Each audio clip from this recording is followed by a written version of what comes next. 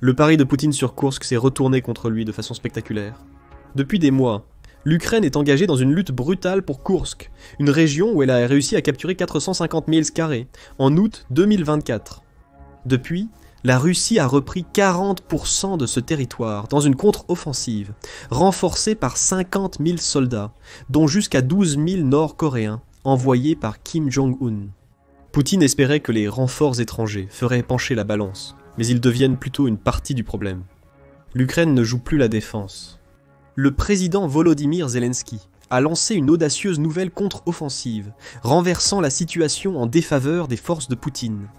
Avec des attaques surprises sur plusieurs fronts, les troupes ukrainiennes ne se contentent pas de tenir la ligne, elles poussent pour reprendre ce qui a été perdu.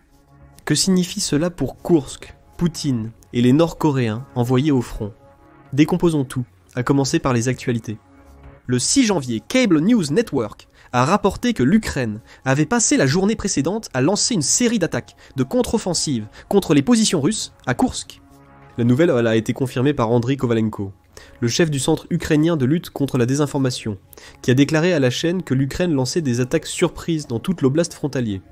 Tout comme elle l'a fait. Lors de l'invasion initiale de Koursk en août 2024, l'Ukraine espérait que cet élément de surprise surprendrait tellement les Russes qu'ils seraient forcés de céder du territoire. La stratégie pourrait fonctionner. Dans un message Telegram du 5 janvier, Andriy Yermak, chef du bureau présidentiel ukrainien, a été clair. Région de Koursk, bonne nouvelle, la Russie obtient ce qu'elle mérite. Yermak n'a pas donné plus de détails, mais son message laisse entendre que l'Ukraine a obtenu des victoires dans sa récente contre-offensive et qu'elle va maintenant profiter de son avantage. Le ministère de la Défense de la Russie avait un message opposé. Alors que Yermak louait les courageux soldats ukrainiens participant à la contre-offensive et leur supposé succès, la Russie affirmait avoir repoussé les attaquants ukrainiens. Selon le ministère de la Défense, la Russie a pris des mesures décisives, appuyées par l'artillerie et l'aviation. Cette action aurait entraîné la destruction des principales forces ukrainiennes, qui se sont rassemblées dans le village de Berdiane, à seulement 14 km de la frontière ukrainienne, pour préparer la contre-offensive. La Russie a empêché les forces armées ukrainiennes de percer, a affirmé le ministère, suggérant que le post de Yermak sur Telegram était faux. Difficile de savoir qui dit la vérité à ce stade. Selon Cable News Network, les rapports sur la nouvelle contre-offensive ukrainienne n'ont pu être vérifiés pour l'instant. Toutefois, les blogs russes traitant des attaques pourraient nous fournir de meilleures informations. Selon Cable News Network, plusieurs blogs ont confirmé les affrontements du 5 janvier et ont affirmé que les forces ukrainiennes progressaient vers le nord en direction de Berdiane. Un blog a affirmé que l'Ukraine avait lancé des réserves dans la nouvelle contre-offensive de Koursk. Il a aussi souligné l'approche astucieuse de l'Ukraine pour sa contre-attaque. Pour la percer, les forces armées ukrainiennes ou forces armées ukrainiennes ont couvert la zone avec de puissants systèmes de guerre radioélectroniques, entravant le travail des véhicules aériens sans pilote de la Russie, a affirmé le blog. Tout en soulignant que les chars et l'artillerie de la Russie travaillent activement contre l'ennemi, le blog a également déclaré que la plupart des batailles en cours impliquaient des armes légères. Selon un blog russe, des combats ont éclaté depuis Soudza, et l'Ukraine a déployé des parachutistes dans la région pour appuyer ses troupes. Selon le blogueur, l'ennemi emploie des chaluts de déminage, des chars et d'autres blindés dans cette offensive. Donc, la seule chose que nous pouvons dire avec certitude, c'est que la contre-offensive est en cours. Et l'utilisation du mot percé par le premier blogueur russe suggère que l'Ukraine a connu beaucoup plus de succès que le ministère de la Défense russe aimerait faire croire au monde. D'autres sources donnent plus de détails sur la contre-attaque. Le rapport du Guardian sur les attaques de l'Ukraine incluait des images de colonnes blindées, traversant des champs enneigés, en direction d'un village nommé Bolshoï Soldatsko, situé juste au nord-est de Soudza. Ce village semble être une cible secondaire pour l'Ukraine, suggérant qu'elle a lancé sa contre-offensive sur plusieurs fronts. Cette suggestion a été essentiellement confirmée par l'état-major général de l'Ukraine, qui affirme que 42 combats ont eu lieu le 5 janvier, dont 12 de ces combats se sont poursuivis le jour suivant. The Guardian dit également qu'il y a des rapports non confirmés que les soldats ukrainiens sont entrés à Berlin, en plus de s'être frayé un chemin dans une autre petite ville nommée Novosotnitsky. The Guardian a également confirmé que l'Ukraine avait utilisé des contre-mesures électroniques pour neutraliser les drones russes et qu'elle avait des sapeurs actifs dans la région de Koursk pour enlever les mines russes. Ces rapports ne correspondent pas aux affirmations du ministère russe de la Défense, selon lesquelles il a repoussé la contre-offensive ukrainienne. L'Ukraine enfonce le clou. Selon Andriy Kovalenko, les Russes sont très inquiets dans la région de Koursk, a-t-il déclaré le 5 janvier. Ils ont été attaqués sur plusieurs fronts, ce qui les a surpris. C'est loin d'être la seule attaque près de Berlin que la Russie a tenté de minimiser en contre-offensive. L'Ukraine attaque en des dizaines de lieux, avec des combats en cours dans beaucoup d'entre eux, et une possible reprise réussie du territoire dans d'autres. Il semble que l'Ukraine pourrait utiliser des armes britanniques dans sa contre-offensive. Dans son rapport sur la contre-offensive ukrainienne, The Telegraph a déclaré que les rapports provenant de blogueurs militaires suggéraient que les combats étaient à la fois féroces et, parfois, quelque peu confus. Selon les blogueurs, des chars britanniques, Challenger 2, figuraient parmi les colonnes blindées ukrainiennes lors de leurs assauts. The Telegraph n'a pas pu confirmer ces rapports, mais s'ils sont exacts, la Russie a un gros problème de matériel à gérer. Le Challenger 2 est un pilier de l'armée britannique, déployé au Kosovo, en Irak et en Bosnie. Le premier lot a été construit en 1986, le char à équipage de 4 personnes étant parmi les plus modernes qui ont pris part à la guerre en Ukraine. Il est équipé d'un canon rayé principal, 50-30 A, un de 120 mm, qui peut transporter 47 obus, ainsi qu'une mitrailleuse, 50-80-14 A, 1 de 7,62 mm, qui peut tirer à un rythme terrifiant. C'est aussi un BMO étonnamment rapide, le char étant capable de se déplacer à une vitesse maximale de 36,6 mph, malgré un poids de 62,5 tonnes, plus lorsqu'il est chargé avec son équipage. Si l'Ukraine déploie ses U-109 en course pour ses ressources à Koursk, cela nous indique qu'elle est sérieuse quant à la reprise d'au moins une partie du territoire qu'elle a perdu face à la contre-offensive russe. La question évidente est simple, pourquoi l'Ukraine s'engage-t-elle dans cette contre-offensive maintenant ? Une petite partie de la réponse mentionne les conditions à Koursk, lors de la contre-offensive ukrainienne. Le froid hivernal dans l'oblast a rendu difficile l'avancée des forces terrestres russes, tout en fournissant des conditions qui facilitent la progression des unités blindées ukrainiennes, selon The Guardian. Selon The Telegraph, en plus des chars Challenger 2, l'Ukraine utiliserait des véhicules pour recul de combat à Bradley pour déployer rapidement ses troupes lors de son avancée. Comparez cela à la Russie, qui a envoyé son infanterie et des troupes nord-coréennes attaquer les positions de l'Ukraine à pied, et vous voyez un net avantage en termes d'agilité pour l'Ukraine. L'Ukraine contre-attaque maintenant, profitant du fait qu'une grande partie des troupes russes sont enlisées dans la neige et la glace, limitant leur capacité de réaction. En parlant des troupes nord-coréennes de la Russie et de l'avantage ukrainien, il y a un autre facteur qui joue dans la décision de l'Ukraine de contre-attaquer maintenant. Les taux de perte de la Russie à Koursk. Notre mention des soldats russes envoyés à pied pour attaquer l'Ukraine fait référence à la stratégie de Poutine lors de sa contre-offensive à Koursk. Et c'est la même tactique qu'il utilise à l'intérieur de l'Ukraine, envoyant vague après vague de chair à canon sur les fortifications ukrainiennes dans l'espoir d'épuiser les ressources de l'ennemi. Ces assauts ont porté le fruit que tout le monde attend. L'Ukraine affirme qu'au cours des 5 mois entre son invasion initiale de Koursk et l'actuelle contre-offensive, elle a infligé 38 000 pertes aux forces russes. Environ 15 000 soldats russes ont été tués au combat, avec 23 000 autres blessés. Comme si elle jouait à un jeu puéril de donnant-donnant, la Russie a une fois de plus avancé des chiffres pour surpasser ceux de l'Ukraine, prétendant avoir causé 49 010 pertes de troupes à Koursk pendant la même période. Le nombre de morts et de blessés n'est pas précisé, mais le chiffre semble étonnamment élevé, compte tenu de la tendance de la Russie à minimiser le nombre réel d'Ukrainiens à Koursk. La Russie subit également de lourdes pertes parmi les soldats fournis par le président nord-coréen Kim Jong-un dans le cadre de leur traité de défense collective. Nous avons mentionné plus tôt que Kim a envoyé jusqu'à 12 000 de ses soldats, dont beaucoup sont réputés faire partie de l'élite Storm Corps de la Corée du Nord, en Russie, en octobre 2024. Zelensky a réaffirmé ce chiffre lors d'une apparition en janvier 2025 sur le podcast de Lex Fridman, tout en ajoutant que l'Ukraine a tué ou blessé 3800 soldats nord-coréens. Cela représente environ un tiers de l'ensemble du contingent que Kim a envoyé, nous indiquant que l'Ukraine a connu beaucoup de succès contre le plus grand allié de Poutine. En fait, les 2 jours précédant le 4 janvier, l'Ukraine a détruit un bataillon entier, composé principalement de troupes nord-coréennes, selon Zelensky, suggérant que les troupes de Kim subissent des pertes rapidement et en grand nombre. Pourquoi cela importe-t-il dans le contexte de la contre-offensive de Koursk en Ukraine ? Eh bien, tout se résume aux chiffres. L'Ukraine a été en train de réduire la force de 50 000 hommes que Poutine a envoyée à Koursk pour récupérer le territoire. La défense courageuse de l'Ukraine a affaibli la Russie, réduisant ses troupes et sa capacité à attaquer. La pression russe pourrait diminuer, permettant à l'Ukraine de lancer des contre-attaques.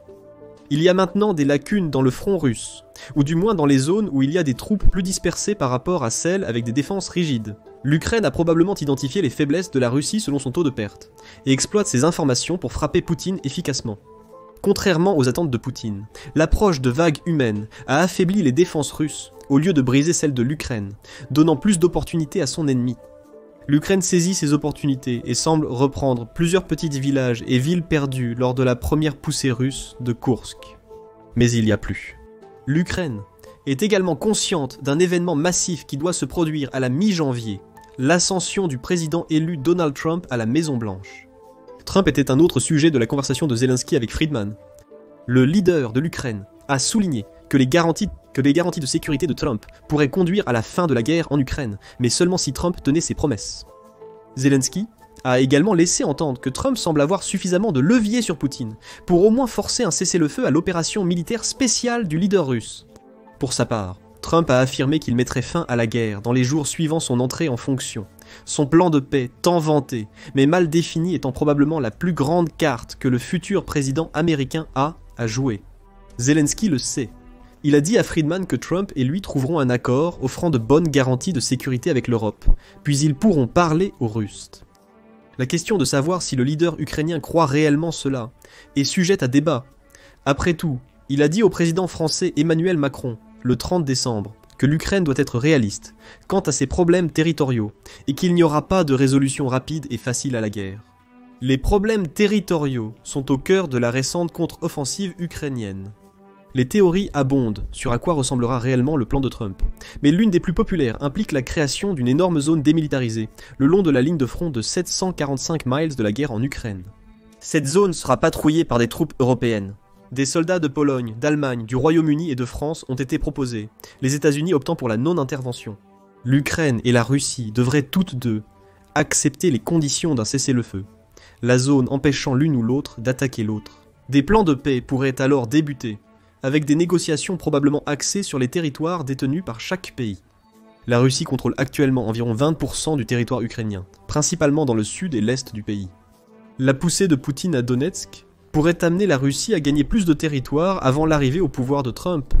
L'Ukraine peut utiliser Koursk comme levier pour récupérer une partie du territoire envahi par la Russie lors de l'opération militaire spéciale de Poutine. Ainsi, une autre raison de la contre-offensive de Koursk en Ukraine s'éclaircit. Malgré les pertes subies par Poutine dans sa tentative de reprendre Koursk, il connaît un certain succès. Nous avons mentionné plus tôt que la Russie a déjà repris environ 40% de ce qu'elle avait perdu lors de l'invasion de l'Ukraine en août 2024. La contre-offensive de l'Ukraine est une tentative de reprendre au moins une partie de ce territoire perdu, afin d'avoir autant de leviers que possible si et quand Trump l'amène à la table avec la Russie. Et Koursk a beaucoup de valeur pour Poutine. Bien que plus petite par rapport au territoire arraché à l'Ukraine par la Russie, Koursk reste la première invasion russe réussie depuis la Seconde Guerre mondiale. Même si cela signifie échanger Koursk contre plus de territoires ukrainiens, ce sera un coup dur pour Poutine. Il pourrait être prêt à échanger plus de l'Ukraine qu'il n'en obtient en retour pour Koursk pour apaiser son humiliation. Zelensky comptera là-dessus. C'est pourquoi l'Ukraine pousse maintenant à récupérer du territoire à Koursk. Il crée une pression pour Poutine. Et cela nous amène à une autre raison pour laquelle l'Ukraine a choisi maintenant de contre-attaquer à Koursk. Selon Robert Clark du Yorktown Institute, l'Ukraine prévoit d'utiliser tout territoire qu'elle contrôle à Koursk comme levier de négociation ultérieurement. Cependant, il note également que Poutine a engagé une grande partie de sa réputation parmi son propre peuple dans le succès ou l'échec des efforts actuels de la Russie à Koursk. Clark dit que le dernier mouvement de l'Ukraine signifiera beaucoup plus pour Poutine que pour Trump dans le contexte des pourparlers de paix. Poutine a dit au peuple russe pendant la période de Noël qu'il rendra tout Koursk à la Russie. Donc, la capacité de Poutine à vraiment garder le contrôle de Koursk sera beaucoup plus importante pour lui et pour la Russie que pour le président Trump à l'avenir. C'est à nouveau l'aspect humiliation mentionné précédemment. Poutine est sous pression de son peuple, et peut-être des forces du Kremlin qui ont pris Koursk comme un signe de faiblesse, grâce à ce que fait l'Ukraine. La reprise des terres russes perdues devient beaucoup plus difficile lorsque l'Ukraine reprend activement du territoire, tout en défendant ce qu'elle détient encore. Alex Kadia, correspondante internationale de Times Radio, approuve. Il dit que la contre-offensive de l'Ukraine va à l'encontre du récit des derniers 2 mois, au cours desquels la Russie a lentement repris du territoire à Koursk. Cela crée une pression supplémentaire pour Poutine. Cela lui montre que même avec l'énorme avantage en termes de main-d'œuvre que confère la présence de troupes nord-coréennes, les forces ukrainiennes ont toujours la capacité de riposter. Selon Cadier, ces coups durs vont accroître davantage la pression sur Poutine. C'est certainement significatif en termes de ressources qui ont été investies, dit Kadi en se référant à la contre-offensive ukrainienne. Mais aussi, cela aura des conséquences diplomatiques très sérieuses, si et quand ces pourparlers de cessez-le-feu ont lieu. Donc, tout semble s'être bien passé pour l'Ukraine. Les conditions hivernales lui ont donné la mobilité nécessaire pour lancer la contre-offensive. En premier lieu, ayant connu tant de succès en termes de taux de perte pure russe et nord-coréenne, cela n'a fait qu'ajouter à l'opportunité que l'hiver a apportée, car il a créé des lacunes que l'Ukraine a pu exploiter. Et avec Donald Trump sur le point de devenir président, l'Ukraine saisit toutes les chances qu'elle a pour s'emparer de territoires et mettre la pression sur un Poutine déjà affaibli, tant sur le plan intérieur qu'en termes de prochaines négociations de paix. Il y a aussi la question de Donetsk à considérer. Alors que tous ces combats se déroulent à Koursk, la Russie pousse fort pour revendiquer autant de territoires que possible à l'est de l'Ukraine. La Russie avance à travers cette région au rythme le plus rapide qu'elle ait réussi en termes d'acquisition territoriale depuis février 2022 et l'invasion initiale. Les troupes de Poutine sont sur le point de prendre en écharpe la ville de Pokrovsk à Donetsk et ont contraint à l'abandon de positions défensives clés ukrainiennes. Cela inclut une forteresse souterraine, dans une centrale thermique en ruine, que l'Ukraine a passé la majeure partie de la guerre à défendre. Ces progrès n'auront pas échappé à l'attention de Zelensky. En fait, certains commentateurs ont même critiqué les actions de l'Ukraine à Koursk, ces critiques risquant de s'intensifier à la suite de la contre-offensive. Selon les critiques, l'Ukraine devrait redéployer ses troupes de Koursk vers Donetsk pour freiner l'avancée russe et mieux se défendre. Le commandant en chef ukrainien, Oleksandr Syrsky, affirme que l'opération de Koursk a contraint la Russie à détourner des troupes destinées à Donetsk. En lançant sa contre-offensive à Koursk, l'Ukraine espère garder ses troupes engagées et peut-être pousser Moscou à en détourner davantage, afin de pouvoir endiguer le flot de pertes à Donetsk tout en reprenant des morceaux de Koursk. La question est maintenant simple. L'offensive de contre-attaque de l'Ukraine à Koursk réussira-t-elle? Il est un peu trop tôt pour le dire, car l'opération est toujours en cours. Cependant, l'Ukraine a un historique d'offensive de contre-attaque ratée pendant l'opération militaire spéciale de Poutine. À l'été 2023, l'Ukraine a tenté une contre-offensive dans le sud et l'est de l'Ukraine pour reprendre les terres saisies lors de l'invasion initiale. Cette contre-offensive a calé, ce qui signifie que l'Ukraine a échoué dans sa tentative de rompre le lien entre la Crimée contrôlée par la Russie et le continent ukrainien.